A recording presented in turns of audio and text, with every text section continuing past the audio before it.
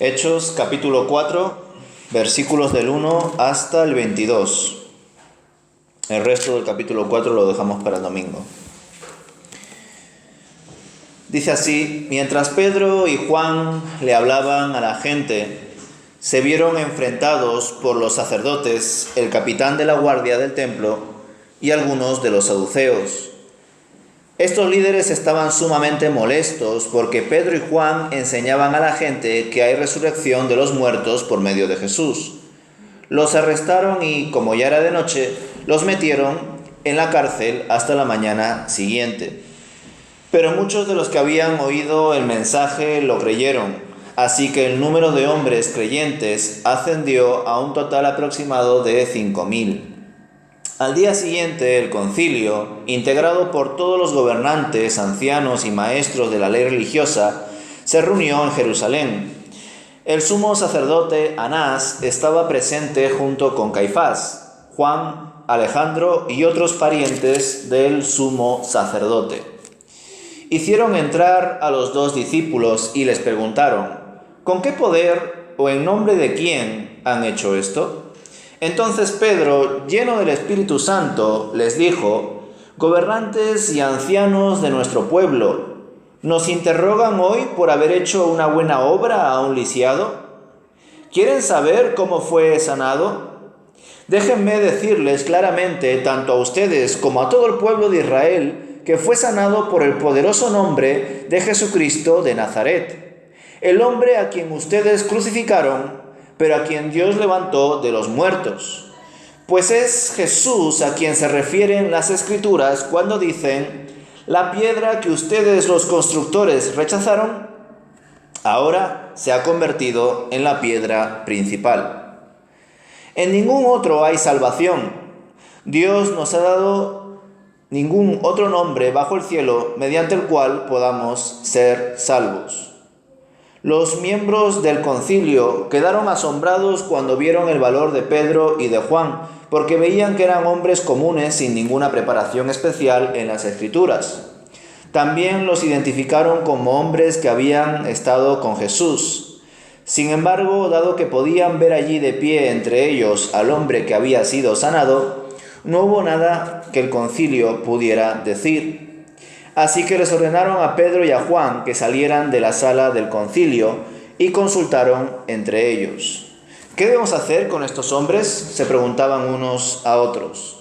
No podemos negar que han hecho una señal milagrosa y todos en Jerusalén ya lo saben. Así que para evitar que sigan divulgando su propaganda aún más, tenemos que advertirles que no vuelvan a hablar con nadie en el nombre de Jesús. Entonces llamaron nuevamente a los apóstoles y les ordenaron que nunca más hablaran ni enseñaran en el nombre de Jesús.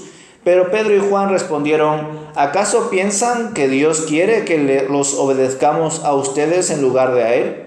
Nosotros no podemos dejar de hablar acerca de todo lo que hemos visto y oído. Entonces el concilio los amenazó aún más, pero finalmente los dejaron ir, porque no sabían cómo castigarlos sin desatar un disturbio, pues todos alababan a Dios por esa señal milagrosa, la sanidad de un hombre que había estado lisiado por más de 40 años. Hasta aquí, hermanos, vamos a leer el Hechos capítulo 4. Como decía, según nos introduce Lucas, tanto Pedro como Juan se encontraban hablando al pueblo, explicando más detalladamente ciertas preguntas que los oyentes les plantearían al escuchar el nuevo sermón de Pedro, ese sermón que ya reflexionamos en el domingo. Ahora bien, debido a todo el tumulto originado, los sacerdotes, el jefe de la guardia del templo y los saduceos se acercaron a ellos y estaban muy enojados porque veían cómo estaban enseñando al pueblo acerca de Jesús y la resurrección de los muertos. Debemos de recordar que en más de una ocasión ya se ha comentado que los saduceos, a diferencia de los fariseos, enfatizaban muchísimo en su doctrina en la Torá, en la ley, en el Pentateuco, en los 5 primeros libros de la Biblia: Génesis, Éxodo, Levítico, Números y Deuteronomio. Para los saduceos no tenía el mismo peso, el mismo valor esos 5 libros que el resto. Sin embargo, por ejemplo, los fariseos sí tenían en muchísima consideración, lo entendían como palabra revelada por parte de Dios, los escritos y los profetas. Y es por esa razón también que veremos más adelante, ya mucho más adelante, cómo Pablo, en algún momento que es juzgado, intenta dividir el concilio entre fariseos y saduceos. En efecto, los saduceos, que además solamente enfatizaban en la Torá, no entendían que podría existir la resurrección de los muertos. Ellos entendían que habría un lugar donde irían los muertos y ya está. Por eso estaban muy enfadados con estos discípulos, no solamente porque estaban causando mucho tumulto en el templo, sino porque estaban predicando acerca de Jesús y encima sobre una doctrina que ellos no consideraban como algo real y mucho menos que venga de Dios, porque no entendían la resurrección. En el versículo 3, el autor nos muestra que el enfado de estos líderes era tan grande que empleando a la guardia del templo, arrestaron a Pedro y Juan y los dejaron bajo custodia, ya que era muy tarde. Como contraparte, en medio de este nuevo ataque a la extensión del reino de Dios, Lucas observa positivo mencionar en el versículo 4 que se sumaron a la comunidad de creyentes un total de 5.000 hombres. Ya sabéis que en la otra ocasión se sumaron 3.000. Aunque aquí se dice 5.000 hombres como tal, y me pregunto si según el texto, según el capítulo 4, también se contarían aparte los familiares. Esto es como la multiplicación de los panes y los peces, que se contaban a los hombres y luego ya aparte las mujeres y los niños. Pero bueno, no sabemos. Por lo menos 5.000 personas se convirtieron con este segundo sermón de Pedro. Al día siguiente, los apóstoles Pedro y Juan fueron llevados al concilio. Allí estaban congregados los gobernantes, los ancianos, los escribas, los sumos sacerdotes, Anás y Caifás, y también familiares, Juan y Alejandro y otros del linaje de los sumos sacerdotes, como hemos leído. Un dato también que quisiera compartir al respecto, supongo que algunos habrá hecho esa pregunta. ¿Os habéis preguntado por qué según Juan, el Evangelio de Juan y Hechos, hay 2 sumos sacerdotes? Porque históricamente solamente podía haber un sumo sacerdote. Pero sin embargo es Juan y Hechos los que nos comentan que habían 2 sumos sacerdotes. Bueno, pues aunque quizá no sea demasiado relevante, me parecía un dato interesante, así que os lo comparto. Parece ser que en los tiempos en los cuales el Imperio Romano llegó a gobernar y a mandar sobre Israel, la persona que estaba a cargo de todo lo que estaba sucediendo desde un punto de vista político y espiritual era el sumo sacerdote Anás. Pero el Imperio Romano decidió nombrar a Caifás, la persona que sea el sumo sacerdote que esté ahí en Israel. Por lo tanto, oficialmente Caifás, yerno de Anás, era el sumo sacerdote de Israel. Pero para Israel, a nivel interno, a nivel privado, Anás todavía tenía muchísima influencia en el concilio, en el Sanedrín, y era llamado sumo sacerdote como señal de estima y de respeto. Esto a veces pasa en las iglesias, aunque no se suele recomendar, pasa. Pastores que llevan muchísimos años en una iglesia y que debido a ello, pues cuando se jubilan, no se van de la iglesia, se quedan en la iglesia. Generalmente se aconseja que ese pastor mejor se marche a otra iglesia, porque así no podrá ser, vamos a decir, un punto de posible división en la iglesia, y aquellos hermanos que vean que sí, bueno, el pastor se ha jubilado, pero está aquí con nosotros y sigue teniendo un corazón pastoral, pues el seguir acudiendo a él o dependiendo de él y no considerar más quizá al nuevo pastor, ¿no? que venga. Pues algunas iglesias que, pues por diferentes razones, les ha parecido bien que el pastor jubilado se quede en la iglesia. A este pastor generalmente se le ha llamado pastor honorífico. Sería un ejemplo quizá cercano para nosotros en que una iglesia donde comúnmente, al menos en nuestra perspectiva, de iglesias pequeñas o iglesias bautistas o independientes que no son muy grandes, donde suele haber solamente un pastor, pues en este caso a veces pues se queda el otro pastor y ese pastor es llamado pues pastor honorífico, pero no es, digamos, el pastor oficial de la iglesia. Pues algo así pasaría con Anás y Caifás. Anás era el sumo sacerdote honorífico, pero Caifás era el sumo sacerdote oficial. al cual parece que Israel sí le tenía respeto, y eso que había sido impuesto por el Imperio Romano. No había sido algo, vamos a decir, nombrado de un punto de vista por parte de Dios o del pueblo. Bueno, volviendo al texto, vemos que el concilio interroga al día siguiente, seriamente a Pedro y Juan para averiguar con qué poder y razón han hecho ese milagro, que lo podemos recordar, sanar a un hombre, a un mendigo lisiado que estaba ahí en el templo pidiendo limosna y que era cojo de nacimiento. Ellos querían saber con qué poder o en nombre de quién habían hecho ese milagro, un milagro que era innegable por cuanto ese hombre todo el mundo lo conocía, ya que mendigaba siempre en el templo, y además nació cojo. No es una enfermedad que adquirió pues por cualquier motivo, por un accidente o lo que sea, no. Él nació así, y aún así el Señor a través de Pedro sanó a ese hombre lisiado. Y claro, en medio de todo esto, antes de comentar la claridad y autoridad con la cual habla Pedro al sumo sacerdote, creo que es justo que recordemos el pasado de Pedro y su evolución. ¿Qué hubiese pasado si el apóstol Pedro no hubiese negado a Jesús? ¿Os habéis hecho alguna vez esa pregunta? Es decir, estaba profetizado que así sería. Jesús le dijo a Pedro que le iba a negar 3 veces. Pero ¿y si no hubiese sido así? ¿Qué hubiese pasado?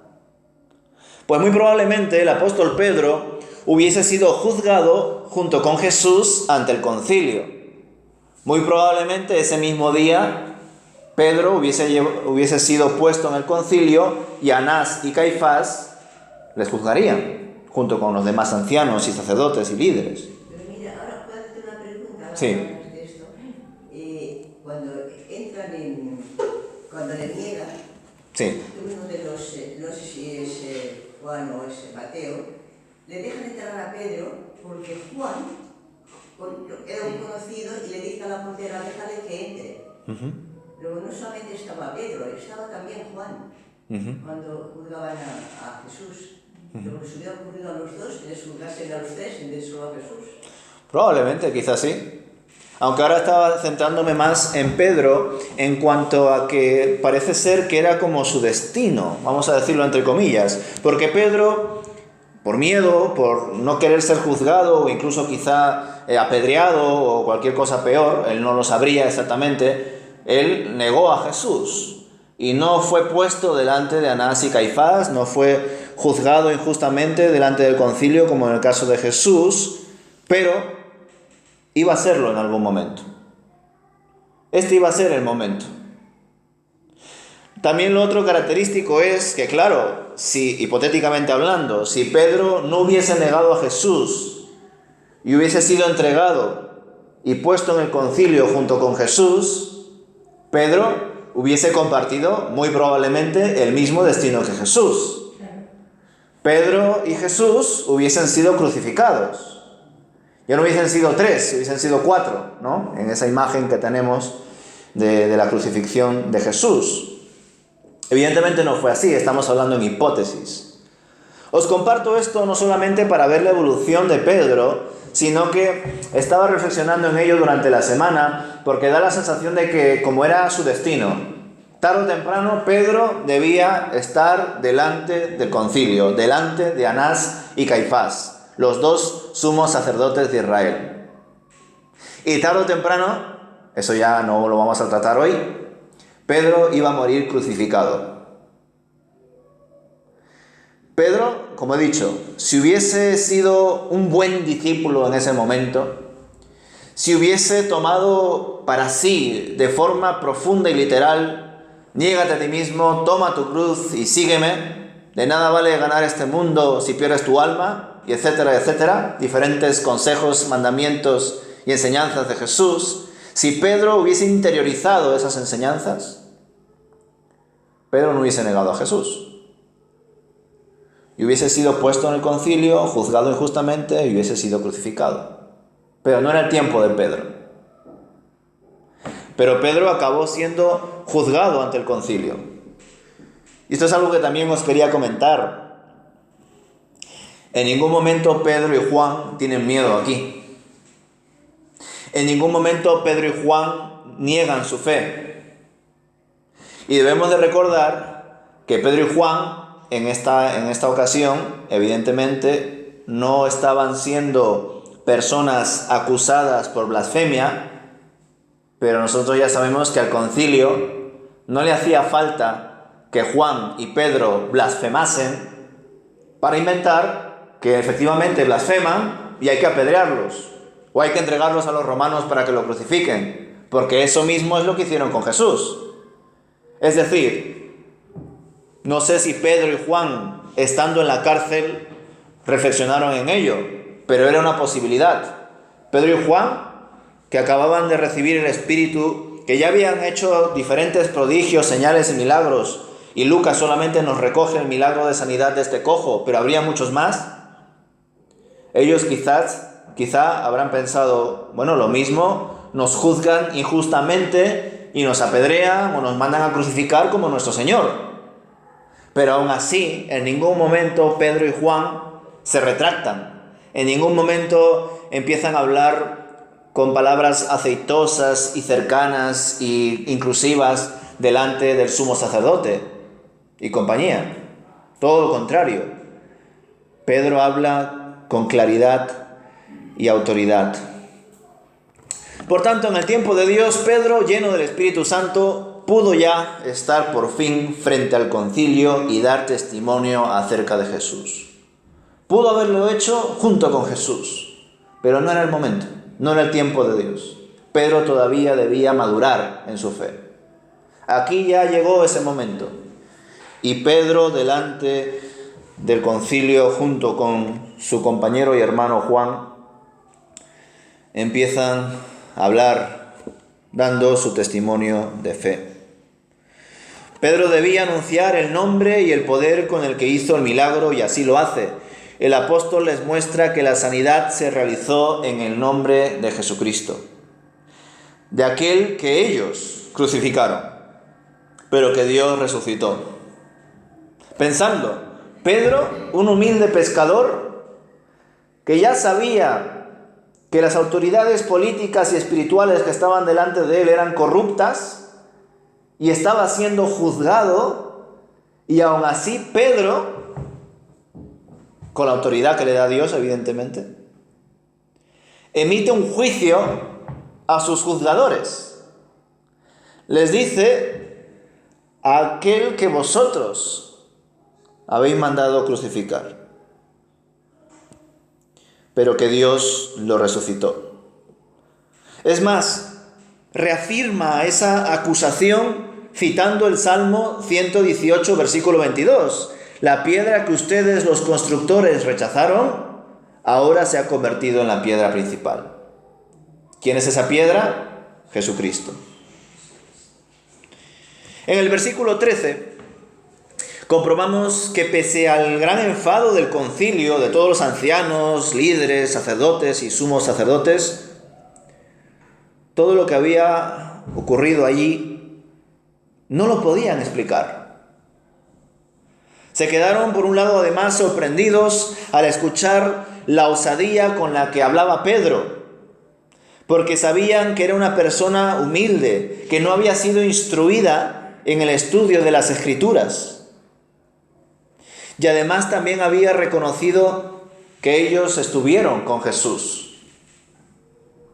Fijaos cómo estaban de sorprendidos estas personas que conformaban el concilio, hermanos. Yo no sé si ellos estaban más sorprendidos por el milagro de que un cojo pueda andar, o por el milagro, entre comillas, de que un pescador pueda citar las palabras de Dios y pueda hablar con tanta autoridad al concilio, al Sanedrín de Israel.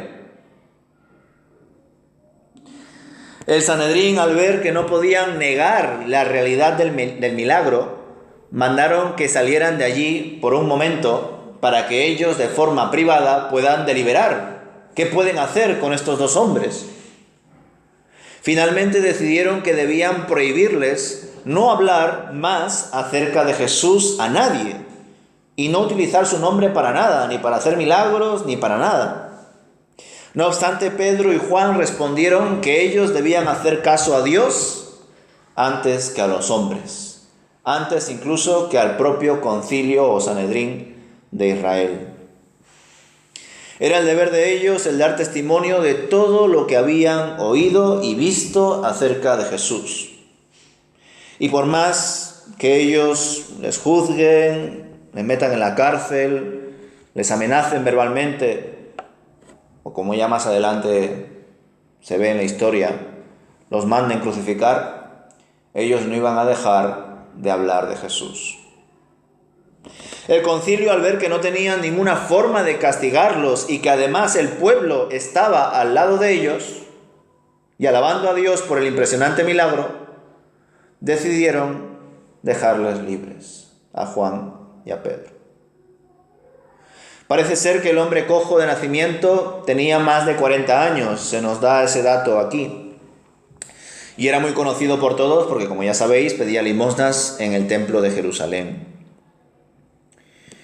Por eso el concilio tampoco supo cómo juzgar a Juan y a Pedro, porque, como ya sabéis, es justamente la contraparte de Pedro. Pedro y Juan le dicen al concilio: nosotros debemos seguir hablando de Jesús, porque nosotros obedecemos a Dios, no a hombres. Y sin embargo el concilio muestra la contraparte. Nosotros no obedecemos a Dios. Nosotros llevamos mucho tiempo creando un sistema corrupto, político, religioso, donde nos hemos montado nuestro chiringuito y estamos muy cómodos allí. Nosotros no obedecemos a Dios. Nosotros oramos para nosotros mismos, porque no tenemos relación con Dios. Pero lo que sí tenemos miedo es del pueblo, porque si el pueblo se subleva contra nosotros, ¿a quiénes vamos a engañar? ¿De qué vamos a vivir? Si hasta de las viudas ellos se aprovechaban, ¿cuánto más del resto? No tenían para nada ningún tipo de remordimiento estos líderes religiosos y políticos de Israel. Y por cuanto tenían tanto miedo al pueblo, y mejor dicho, la opinión del pueblo, los dejaron libres. Muy bien, hermanos, la verdad que es un acto heroico por parte de Pedro y de Juan lo que acaban de hacer aquí. Una vez más, volvemos a comprender esas palabras que Jesús les compartía a sus discípulos, de que habrá algún momento en el que vendrá el Espíritu Santo. Jesús le llama el Consolador. Y que ese Espíritu será el que convencerá a la gente de pecado, de juicio, de la condenación, de su palabra también. Y que habrá momentos en los cuales ellos serán juzgados, serán encarcelados y tendrán la oportunidad de hablar delante de grandes autoridades, reyes, líderes religiosos. Y que en esos momentos de gran tensión, donde por supuesto sus vidas estarían en juego, que no se preocupen por qué cosas van a decir delante de esas autoridades, porque el Espíritu ya les dirá a ellos lo que iban a decir. Esas enseñanzas que daba Jesús durante el Evangelio, que lo hemos leído en Lucas y en los demás, estaban cobrando sentido en la experiencia de los primeros pasos de la Iglesia, según el libro de los Hechos. Pero por otro lado, hermanos, a la hora de traer este texto al día de hoy, y también en la línea de lo que hemos estado reflexionando últimamente, el tema de los milagros, ya sabéis que hay iglesias, hay pastores, hay denominaciones que consideran que los milagros de Dios, tal y como aparecen en el Nuevo Testamento, y ni qué decir en el Antiguo Testamento, hoy en día no se dan. Son evangélicos y que son creyentes o son iglesias que piensan que eso es así, que los milagros de Dios se acabaron en los tiempos de Pedro y de Pablo y que después de ellos ya no existen más milagros. Que Dios entiende que no hace falta que se hagan más milagros, o que incluso si se diesen milagros serían una especie de, vamos a decir, tropiezo para la gente que recibiría una mayor atracción por la fe, no por creer en Dios de verdad, sino por obtener milagros, que es algo que también veremos en el libro de los Hechos. Personas que se acercaron a los apóstoles sorprendidos por los milagros.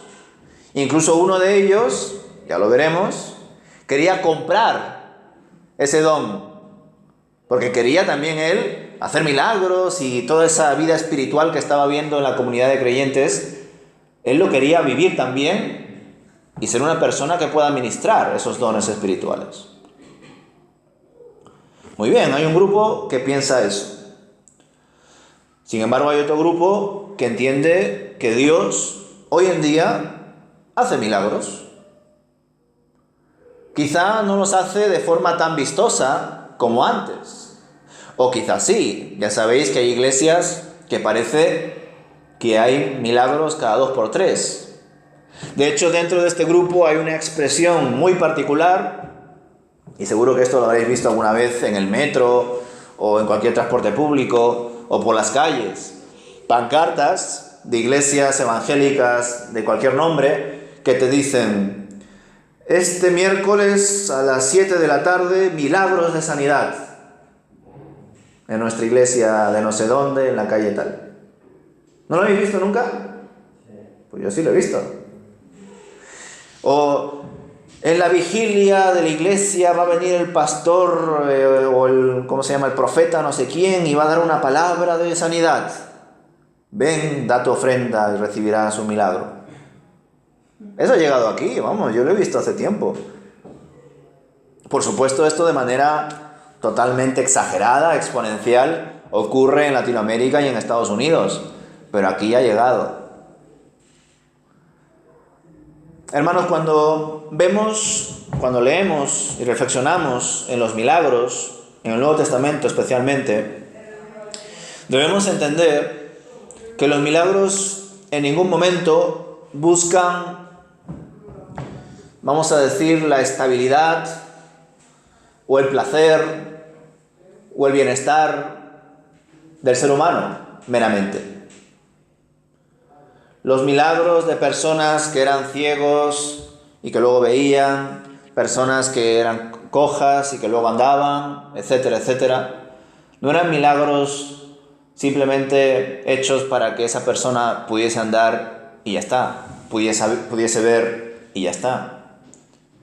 Eran milagros hechos para ser de testimonio, para a veces ser de juicio al pueblo de Israel. Eran milagros que incluso chocaban con la mentalidad de los israelitas. Es más, quizá en nuestra era occidental, donde cada vez, debido a la sobreinformación, estamos hipersensibilizados a veces con las enfermedades. Por supuesto, hay personas que tienen enfermedades y se les trata.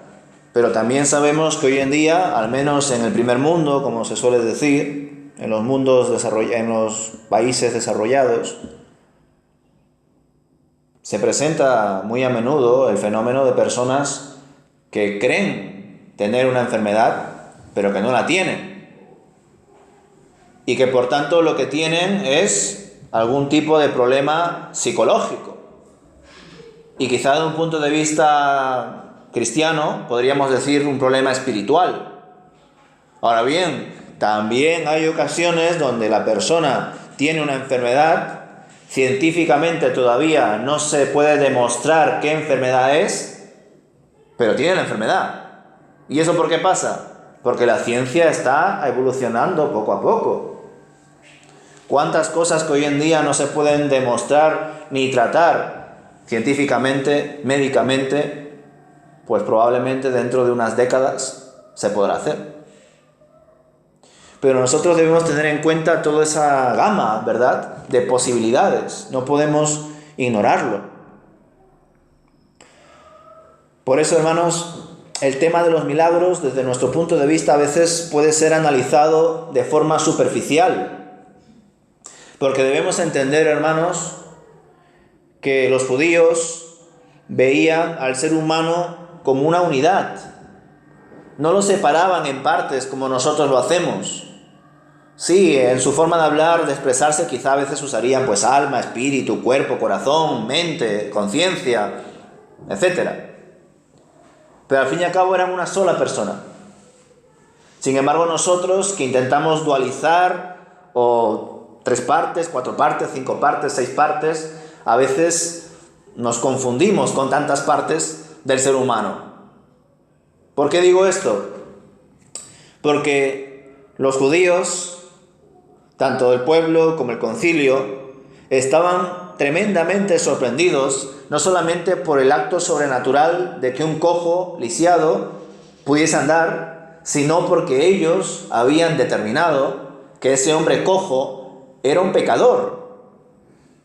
Por tanto, hermanos, este milagro no choca tanto con la física, la medicina, sino que choca frontalmente con el esquema corrupto que el concilio y el pueblo, pues enseñado por el concilio, tenía.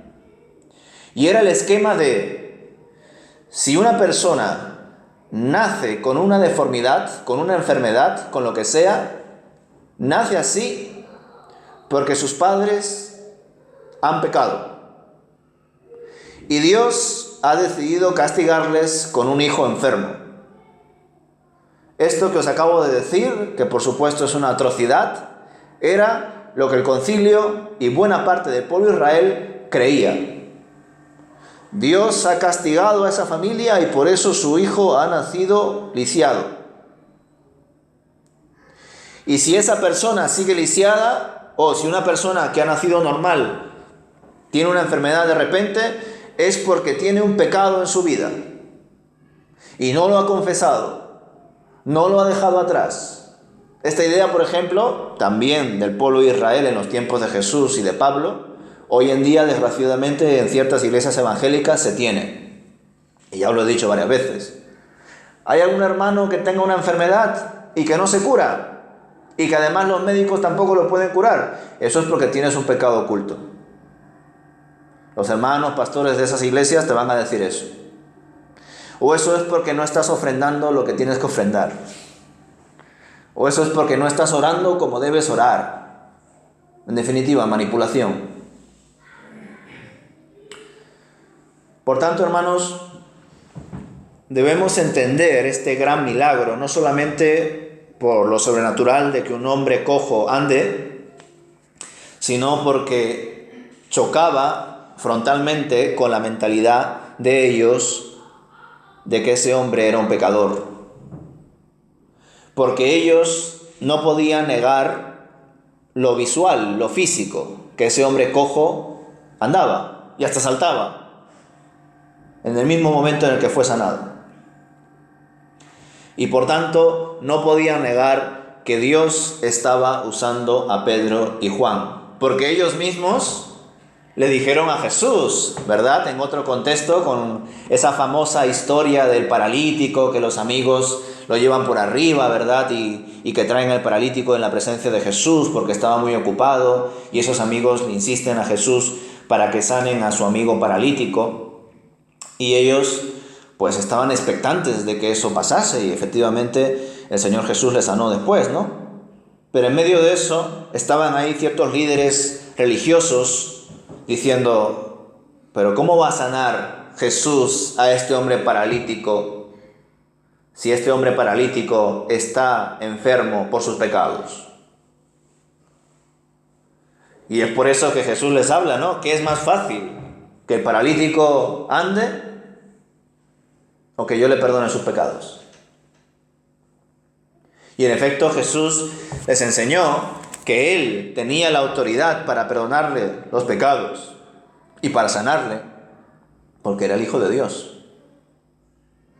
Y por eso este concilio, al ver que Pedro y Juan habían sanado a este hombre cojo, no podía negar que de algún modo Dios los estaba usando. Y además encima temían al pueblo de Dios.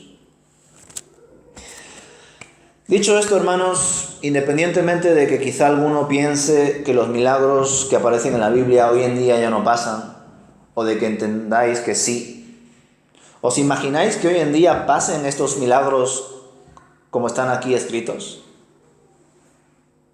Que Dios nos mueva a ser agentes, canales de su poder y de su gracia para que surjan milagros así, si es que entendemos que pueden surgir.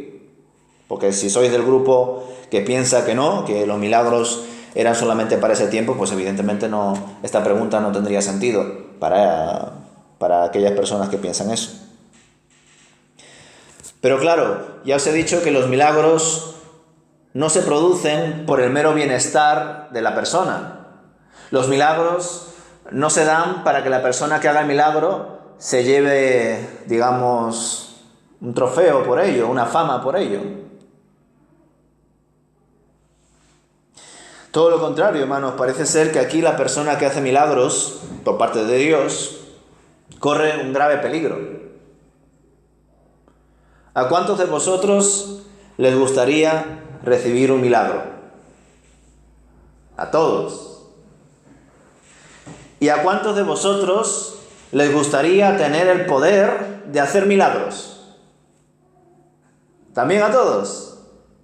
Porque no es lo mismo, hermanos. Este cojo no fue llevado a juicio. Quienes fueron llevados a juicio, fueron Pedro y Juan. Por tanto, no es lo mismo recibir un milagro que hacer un milagro. Por supuesto, la pregunta de ¿queréis recibir un milagro? La pregunta sería ¿por qué? O mejor aún, ¿para qué? Por supuesto, el deseo de estar sano, de tener trabajo, de que mis padres estén bien de salud o de que mis hijos crezcan fuertes y temerosos de Dios y que consigan un buen trabajo, que hagan una buena carrera, etc. Todas esas peticiones, todos esos deseos son legítimos, son buenos. Pero cuando pedimos milagros de ese tipo, por ejemplo los milagros de sanidad, deberíamos de reflexionar ¿para qué? Para no sufrir. Para no sufrir, para estar bien. ¿Pero para qué quiero estar bien? ¿Solo por el mero hecho de estar bien?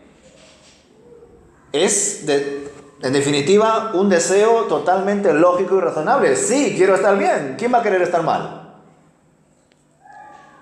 Hay gente que quiere estar mal, para llamar la atención. Hay gente que quiere estar mal, sí, pero para ellos ese mal les hace bien. Sí, ese mal no es mal. La gente masoquista, la gente que le gusta vivir en esa situación de precariedad o de depresión o de soledad o de lo que sea, es porque en el fondo eso le gusta. Pero dejando a un lado esas excepciones, Dios no es así, hermanos.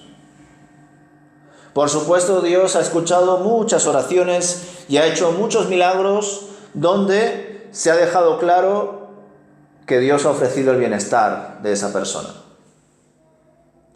Pero cuando Dios ofrece ese bienestar, hermanos, lo ofrece para que esa persona sea de testimonio a otras personas.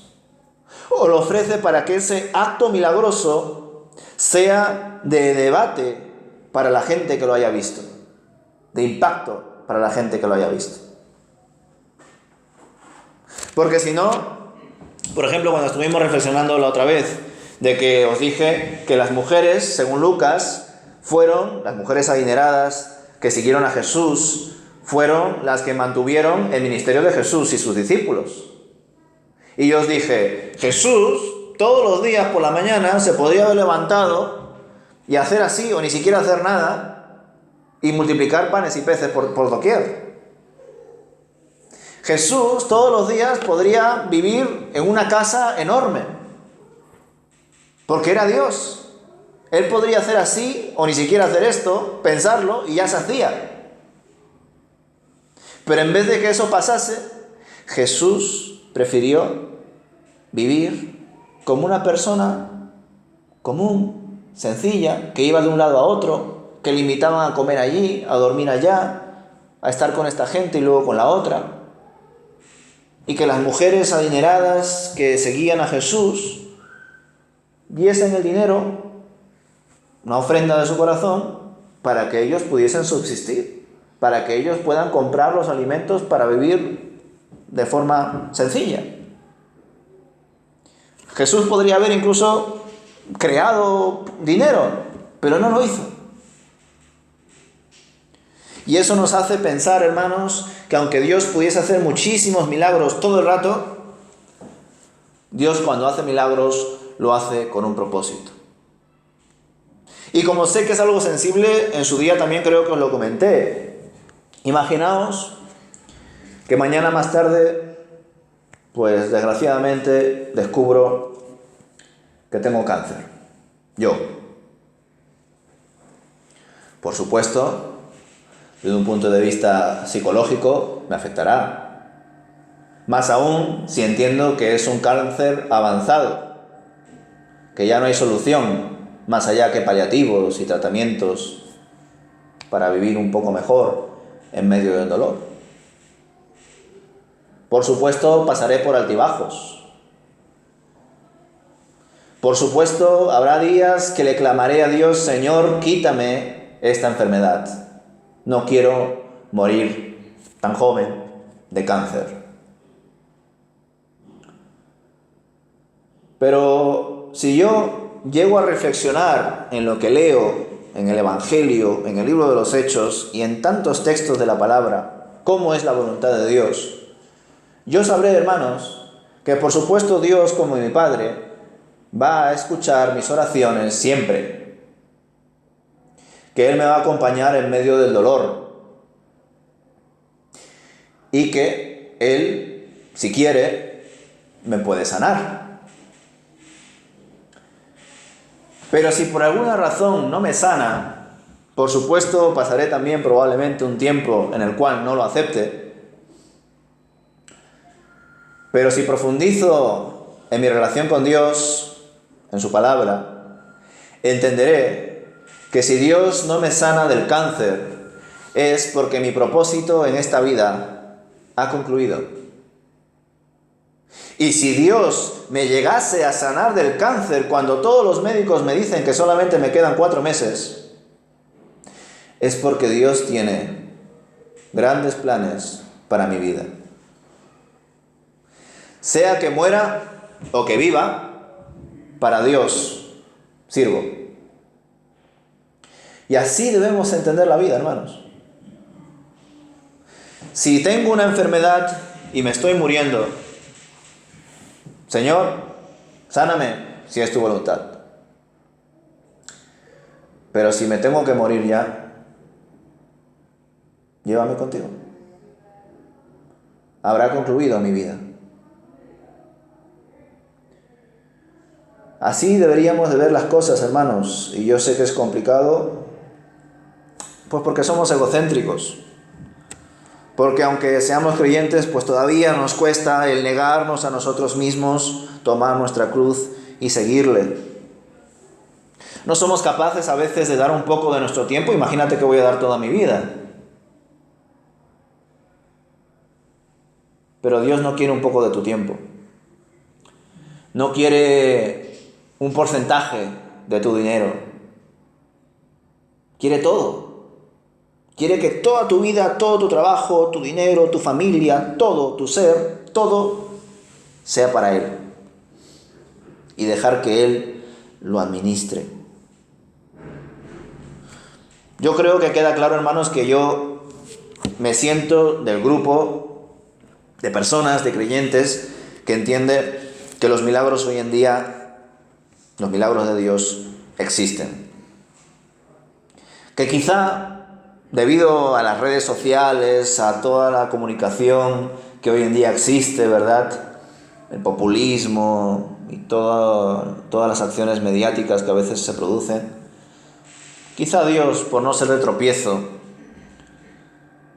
no haga los milagros de forma tan, vamos a decir, exhibicionista, pública. Quizá lo haga de una forma más privada, más oculta. Y qué bueno que sea así. Vosotros habéis dicho que os gustaría recibir un milagro y con casi la misma efusividad o incluso más habéis dicho que os gustaría tener el poder de hacer milagros. Pues yo creo que a mí no. Si es la voluntad de Dios, sí. Pero si Dios me limitase al ministerio de la predicación, yo estaría contento. Pero si Porque entiendo que si yo fuese una persona que hace milagros, que no los hago yo, los hace Dios a través de mí, correría muchísimo riesgo de creerme una persona superior a los demás. Y no solamente eso, hermanos. Tendría que administrar una iglesia donde probablemente la mitad o más estarían aquí no por aprender de la Biblia, no por poner en práctica la palabra de Dios. Estarían aquí para que al terminar el culto me digan en privado: pastor, hazme este milagro. Pastor, hazme esta sanidad. Pastor, dile a Dios que me dé este trabajo. Habría un montón de gente aquí que estaría tratándome como si fuese un mono de feria, como si fuera un mago. Aquí hay entretenimiento, vamos allí. Y esta iglesia estaría llenísima. Pero es que yo no quiero que la iglesia esté llena. Yo quiero que la iglesia esté constituida por personas que verdaderamente estén convencidas de creer en Dios y que lo pongan en práctica, independientemente de que seamos solamente 15 personas. Por eso a mí no me gustaría ser un puente, un medio por el cual Dios haga milagros. Pero por supuesto me someto a la voluntad de Dios. Si Él en algún momento a través de mí quiere hacer algún milagro, que lo haga, porque es su voluntad. Y porque creo que Dios es un Dios de milagros hoy. Porque creo que Dios es el mismo, el de ayer y siempre. Pues si me permites, estoy de acuerdo contigo en que hoy no vemos esos milagros espectaculares, pero yo veo milagros todos los días. Yo soy un milagro, cada día que amanezco me faltan bastantes órganos de mi cuerpo necesarios para vivir. Estoy viviendo. Luego, para mí, esto es un milagro que el Señor hace en mí.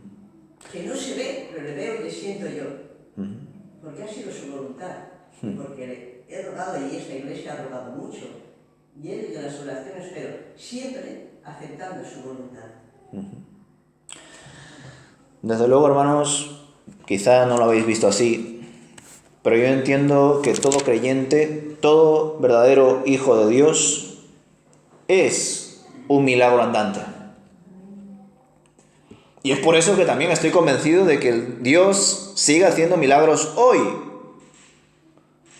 Porque el mayor milagro que puede hacer Dios, hermanos, es coger un corazón de piedra y convertirlo en carne.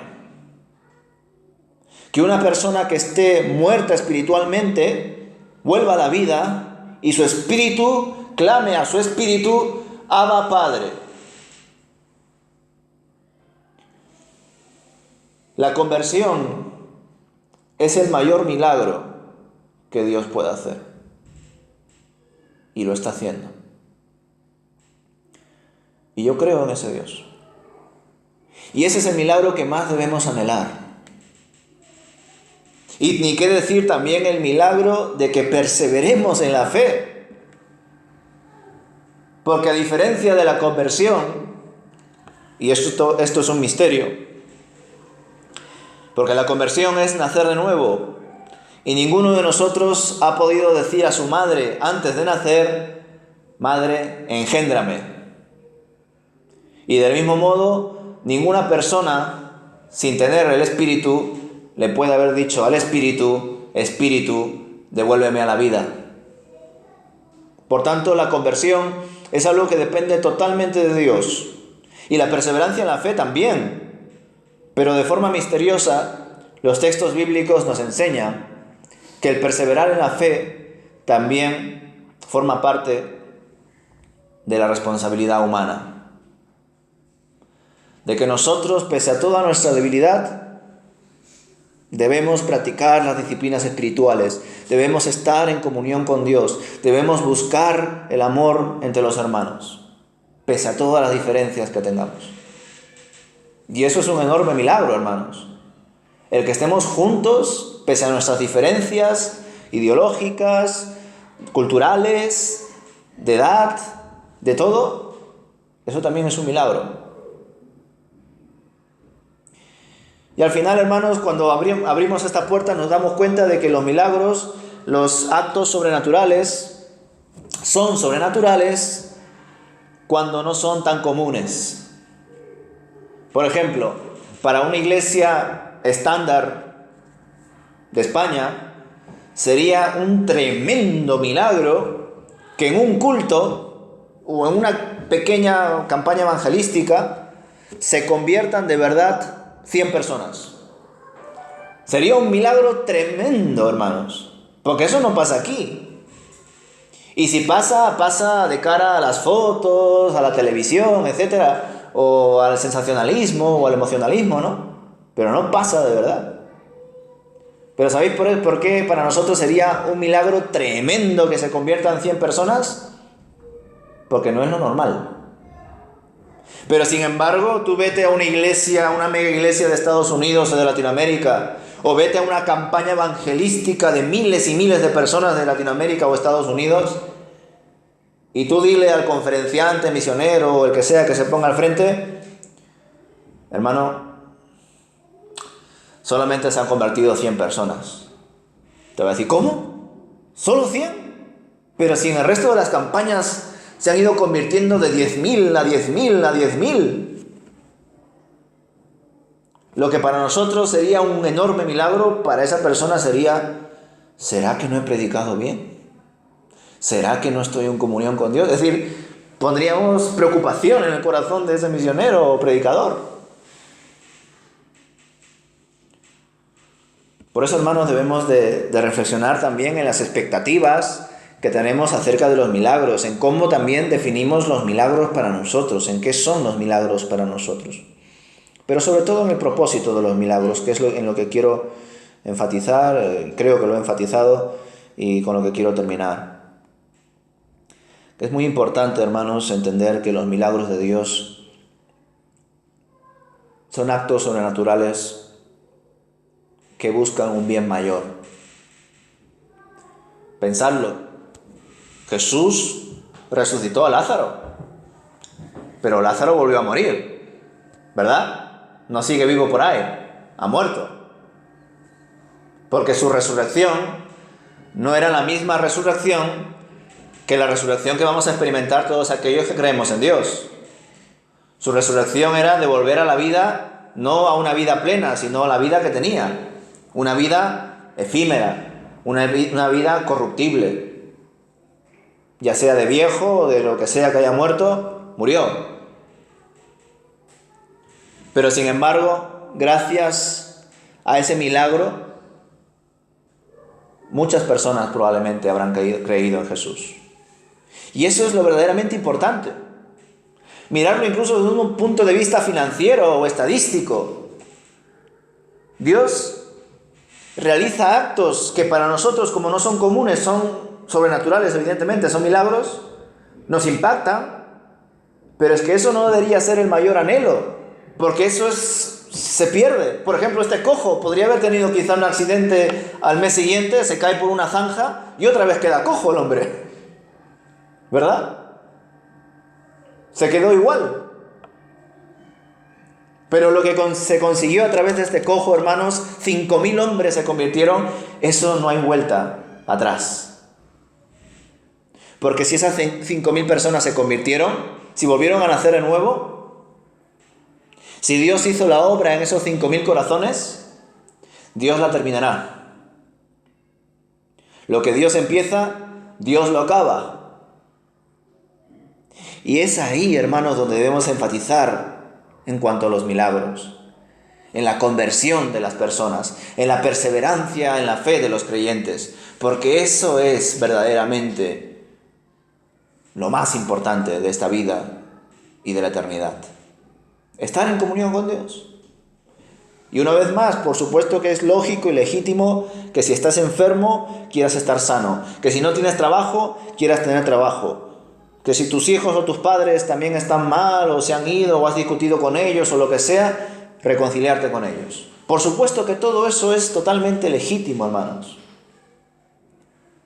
Pero puestos a pedir, ¿por qué no pedimos lo más grande?